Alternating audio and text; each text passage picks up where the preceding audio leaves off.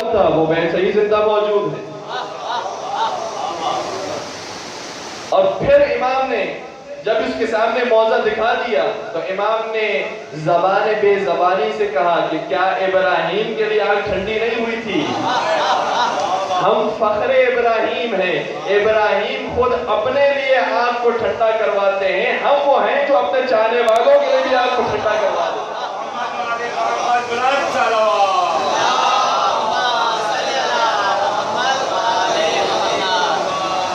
جب ابراہیم علیہ السلام کے لیے آگ گلزار بن سکتی ہے تو کیا ہمارے چاہنے والے کے لیے نہیں بن سکتی؟ یا امام یہ بھی بتانا چاہتے ہیں کہ ہم وہ ہیں کہ اگر آگ سے جلانا چاہیں تو جلا بھی سکتے ہیں اور آگ میں جلانا چاہیں تو جلا بھی سکتے ہیں. موت و حیات ہمارے ہاتھوں میں ہے. لہذا امام صادق نے اس سے فرمایا یہ بتاؤ اتنے چاہنے والے ایسے چاہنے والے کتنے ہیں؟ کہنے لگا کہ ایسے چاہنے والے ایک بھی نہیں. امام نے شاہ فرمایا اگر ایسے چاہنے والے 10 کی تعداد میں بھی, مختلف روایتوں کے مختلف تعداد ہے, اگر 10 کی تعداد میں بھی جمع ہو جائیں تو ہم قیام کریں گے. اور امام نے ایک مقام پر شاہ فرمایا یہ جو ریوڑ جا رہا ہے جانوروں کا, اس ریوڑ میں جتنی تعداد ہے جانوروں کی, اگر اتنے ہمارے چاہنے والے بن جائیں گے ہم قیام کر لیں گے. راوی کہتا ہے میں نے ان جانوروں کو گنا تو کیا پتا چلا؟ کہتا ہے کہ میں نے جب جانوروں کو گنا تو وہ 7 سے زیادہ نہیں. ایسے چاہنے والے چاہے جو سلمان فارسی جیسے, جو ابو ذر غفاری جیسے, جو ہارون مکی جیسے. لہذا مولا اس موقع پر قیام کر سکتے تھے لیکن قیام نہیں کیا ہے اس وجہ سے کہ لوگ آمادہ نہیں ہیں.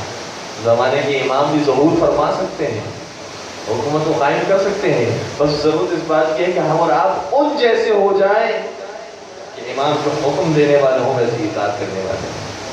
امام نے ایک مقام پر شاہ فرمایا انما شیعتنا من تابعنا ولا یخالفنا. ہمارا شیعہ تو صرف وہ ہے جو ہماری پیروی کرتا ہے, ہماری مخالفت نہیں کرتا. اور کیا امام کے خوبصورت فرامین ہیں. البتہ اپنے چاہنے والوں پر کرم ہمیشہ جاری و ساری رہتا تھا. صحیح ہے ہم خطاکار ہیں, گنہگار ہیں, لیکن امام سے محبت کرنے والے تو ہیں, امام کے چاہنے والے تو ہیں. اگر حقیقی شیعہ بن جائیں تو کیا ہی بات ہے, لیکن اس محبت کو نہ چھوڑیں, محبت کرتے رہیں. کسی نے کیا خوب بات بیان کی, کہا کہ اگر تم کسی اچھے انسان کی طرح نہیں بن سکتے ہو تو کم از کم اچھے انسان سے محبت کرو, تاکہ تمہارا شمار اچھائیوں کو پسند کرنے والوں میں ہو, برائیوں کو پسند کرنے والوں میں نہ ہو. اچھے انسان کو وہی پسند کرتا ہے کہ جو اچھائی سے محبت رکھتا ہے. ہماری محبت اچھائی سے, ہم سچ کو پسند کرتے ہیں, عدل و انصاف کو پسند کرتے ہیں, نمازوں کو پسند کرتے ہیں. چڑھے سرکار کا ایک چاہنے والا خدا نہ خواستہ کوئی ایسا شخص نہ ہو, نعوذ باللہ شراب پیا کرتا تھا. امام کے پاس آیا کرتا تھا. امام کبھی اسے دھتکارتے بھی نہیں لیکن بار بار نصیحت کیا کرتے تھے. اور امام نے یہ شاہ فرمایا ہے کہ کونوا لنا زینا ولا تکونوا علینا شینا. ہمارے لیے باعث عزت بنو, باعث ننگوار نہ بنو. شکرانی اس کا نام ہے. امام نے ایک دن اسے بلایا, کہا کہ دیکھو برے کام سب کرتے ہیں, سب برے کام کرنے والے ہیں, لیکن سب کے برے کام کرنے میں اور تیرے برے کام کرنے میں فرق ہے. تو ہم سے منسوب ہے, لہذا اگر کوئی تو نیک کام انجام دیتا ہے تو پروردگار تجھے ایک کے بجائے 2 نیکیاں نصیب کرتا ہے, اور جب تو کوئی برا کام انجام دیتا ہے تو تجھے ایک کے بجائے 2 سزائیں پروردگار دیتا ہے. ایک برے کام کرنے کی سزا ملتی ہے, ہماری نسبت کو خراب کرنے کی سزا ملتی ہے. یہ جملے سنے تبدیل ہو گیا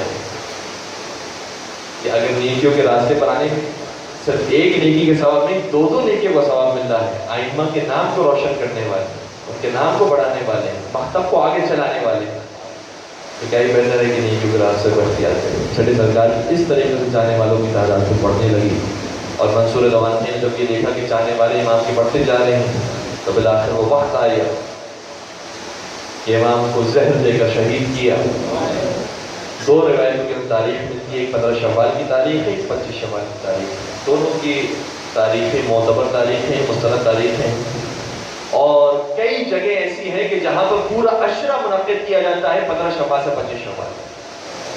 امام جعفر صادق کا انتقال، شہادت ہو رہی ہے، جو ہمارے فقہ جعفریہ کے رئیس ہیں، امام ہیں، ہمارے سرپرست، ان کی شہادت ہو رہی ہے۔ لیکن چھٹے امام کی شہادت اتنی آسانی سے نہیں، بلا بلا کر تکلیفیں پہنچائی گئی ہیں، اور تکلیفیں دے دے کر امام کو مارا گیا۔ ایک دن امام کو منصور دمانقی نے دربار میں بلایا، اور دربار میں بلانے کے بعد شراب کو پیش کیا۔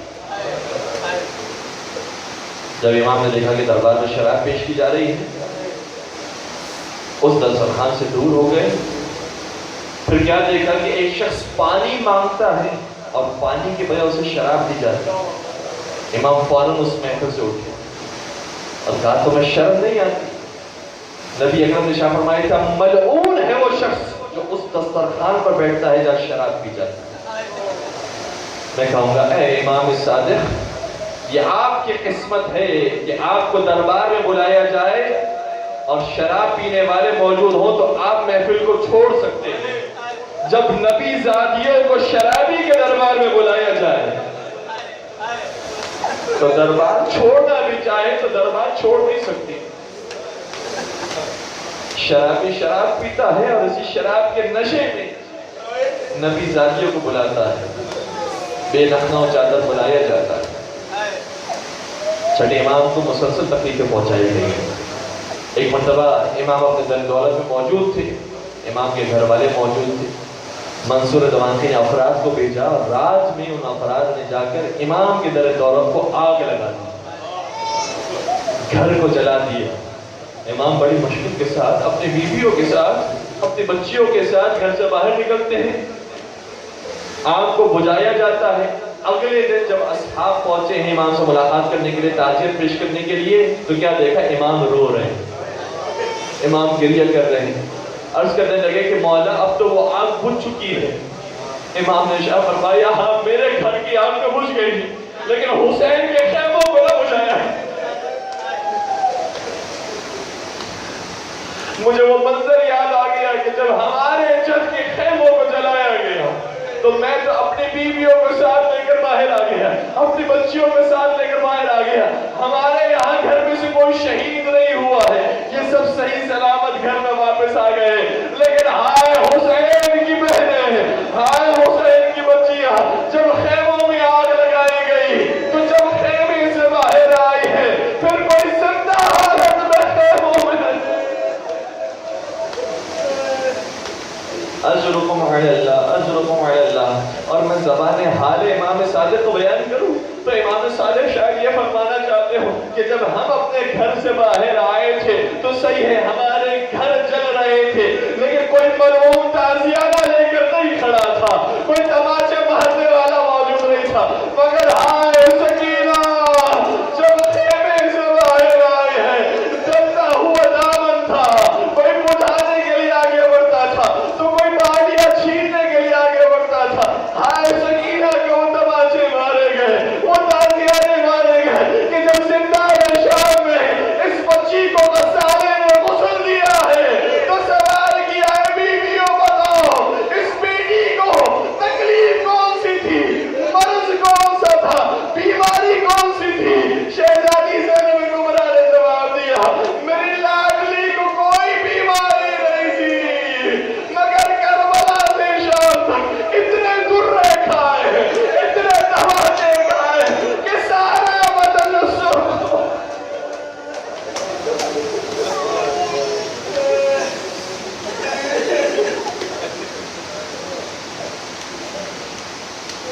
الا ولعنۃ اللہ علی القوم الظالمین وسيعلم الذين ظلموا أي منقلب ينقلبون۔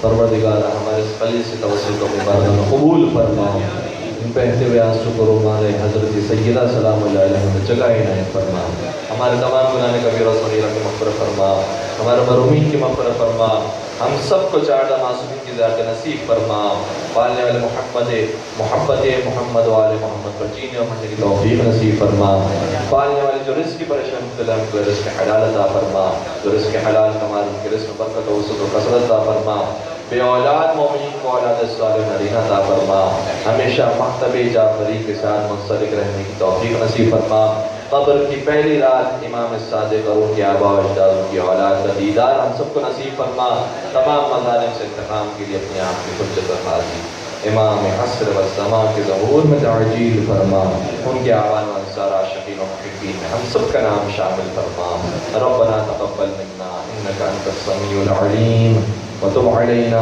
انک انت التواب الرحیم برحمتک یا ارحم الراحمین.